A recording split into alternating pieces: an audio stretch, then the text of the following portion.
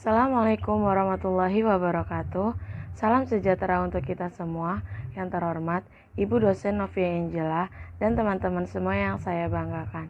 Perkenalkan, nama saya Sabila Putri Maulida dari Fakultas Fisioterapi Universitas Esa Unggul Jakarta.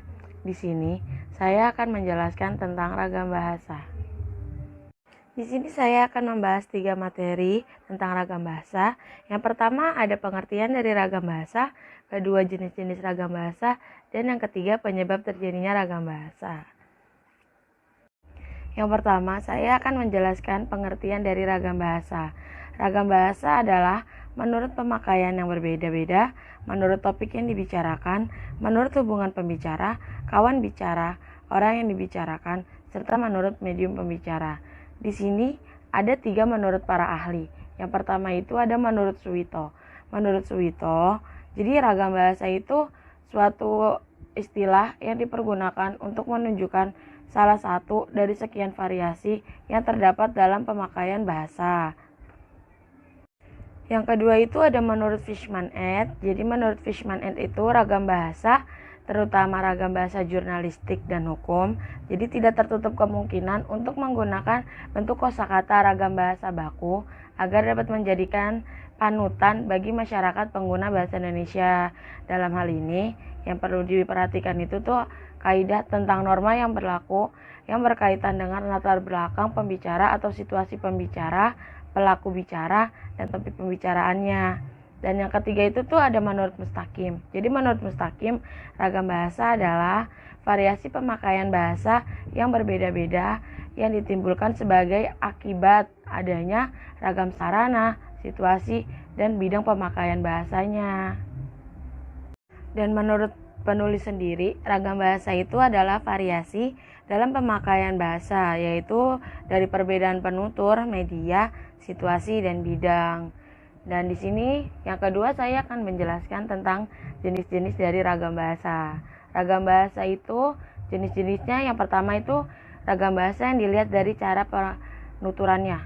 Jadi di cara penuturannya itu tuh contohnya kayak ragam dialek, terpelajar, resmi, dan tidak resmi. Jenis yang kedua itu ada ragam yang dilihat dari cara berkomunikasi. Contohnya ada ragam lisan dan ragam tulis.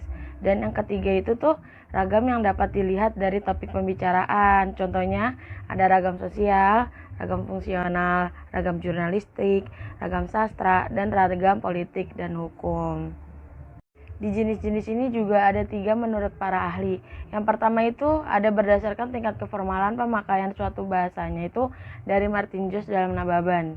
Itu tuh memerinci ragam bahasa sebagai yang pertama itu tuh ada ragam bahasa beku atau frozen, yang kedua ada ragam bahasa resmi atau formal, yang ketiga ada ragam usaha atau konsultatif, yang keempat ada ragam santai atau kasual, yang kelima ada ragam akrab atau intimate.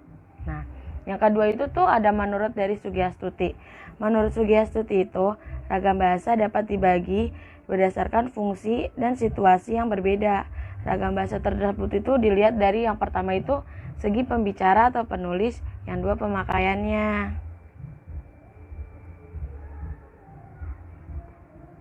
Dan yang ketiga itu ada menurut Mustaqim. Jadi Mustaqim itu membagi ragam bahasa menjadi 3, yaitu dari ragam bahasa jika dilihat dari segi sarana, situasi, dan bidang pemakaian bahasa yang berbeda. Dan di sini ada juga menurut penulisnya itu. Jadi menurut penulis itu tuh jenis-jenis ragam bahasa dibagi jadi 3 juga, yaitu dilihat dari cara penuturannya, cara berkomunikasi, dan topik pembicaraannya. Yang ketiga, saya akan menjelaskan penyebab terjadinya ragam bahasa. Jadi penyebab terjadinya ragam bahasa itu adanya kebutuhan penggunaan bahasa untuk berkomunikasi dalam bekerja sama sesuai dengan situasi dalam konteks sosialnya. Dan di sini juga terdapat 3 menurut para ahli. Yang pertama itu menurut Kartomiharjo. Jadi menurut Kartomiharjo itu penyebab terjadinya ragam bahasa itu dari perbedaan-perbedaan itu terdapat pada pilihan kata-kata atau bahkan pada struktur kalimatnya. Yang kedua ada menurut Suwito. Di sini menurut Suwito itu terdapat beberapa faktor yang menyebabkan timbulnya variasi bahasa atau ragam bahasa. Contohnya itu faktor kebahasaan atau linguistik, dan faktor di luar kebahasaan atau non-linguistik. Yang ketiga itu ada menurut Krida Laksana. Jadi menurut Krida Laksana itu ragam bahasa ditentukan ada beberapa faktor juga, yaitu faktor waktu, tempat, sosial linguistik, faktor situasi, dan faktor medium pengungkapannya. Dan di sini menurut penulis itu penyebab terjadinya ragam bahasa itu adanya perbedaan-perbedaan kata yang digunakan dan dapat menimbulkan faktor-faktor seperti faktor linguistik, non-linguistik, sosiolinguistik, waktu, tempat, dan masih banyak faktor yang lainnya. Yang terakhir itu ada kesimpulan. Jadi ragam bahasa adalah variasi bahasa menurut pemakaian yang berbeda-beda, menurut topik yang dibicarakan, menurut hubungan pembicara, kawan bicara, orang yang dibicarakan, serta menurut medium pembicara. Ragam bahasa ini tuh timbul karena adanya latar belakang budaya, sejarah, ataupun letak geografisnya. Jadi ada berbagai variasi bahasa Indonesia. Ragam bahasa ini memiliki berbagai macam jenis, ada 3, yaitu cara berkomunikasi, penuturannya, dan topik pembicaraannya. Nah, kalau dari cara berkomunikasinya itu ada ragam lisan dan ragam tulis. Nah, sedangkan secara penuturannya itu tuh dia tuh kayak ada ragam bahasa dialek, terpelajar, resmi, dan tidak resmi. Nah, kalau dari topik pembicaranya itu dibedakan menjadi ragam sosial, fungsional, jurnalistik, sastra, dan politik dan hukum. Sekian penjelasan materi ragam bahasa dari saya. Apabila ada kesalahan dan kekurangan dalam penyampaian, mohon dimaafkan.